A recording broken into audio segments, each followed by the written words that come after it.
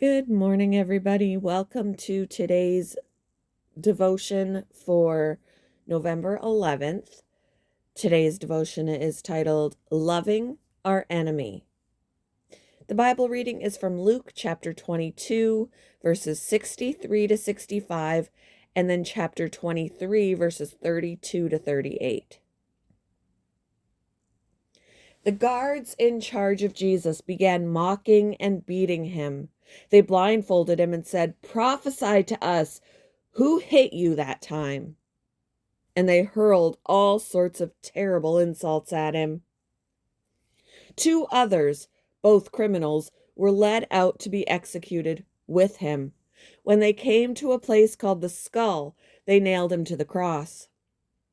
And the criminals were also crucified, one on his right and one on his left. Jesus said, "Father, forgive them, for they don't know what they are doing." And the soldiers gambled for his clothes by throwing dice. The crowd watched and the leaders scoffed.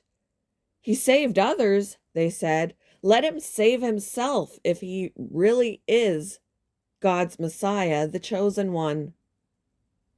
The soldiers mocked him too by offering him a drink of sour wine.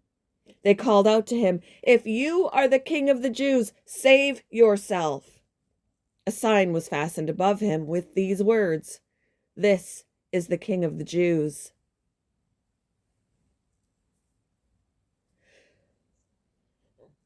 During World War II, U.S. Navy Medical Corpsman Lynn Weston went ashore with the Marines as they stormed enemy-held islands. Inevitably, there were gruesome casualties. He did his best to patch up wounded combatants for evacuation. On one occasion, his unit encountered an enemy soldier with a bad abdominal wound. Due to the nature of the injury, the man couldn't be given water. To keep him alive, Petty Officer Weston administered intravenous plasma. "Save that plasma for our fellas, Swabby," bellowed one of the Marines. Petty Officer Weston ignored him. He knew what Jesus would do. Love your enemies. Jesus did far more than speak those challenging words. He lived them.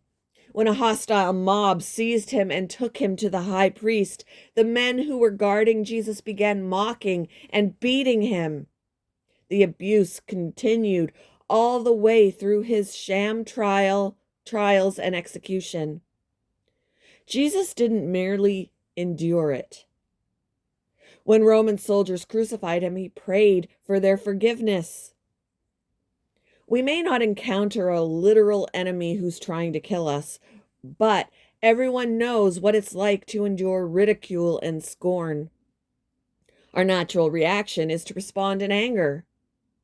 Jesus raised the bar. Pray for those who persecute you. Today, let's walk in that kind of love, showing kindness as Jesus did, even to our enemies.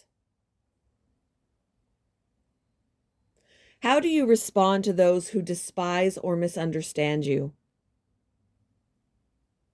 How does God want you to respond?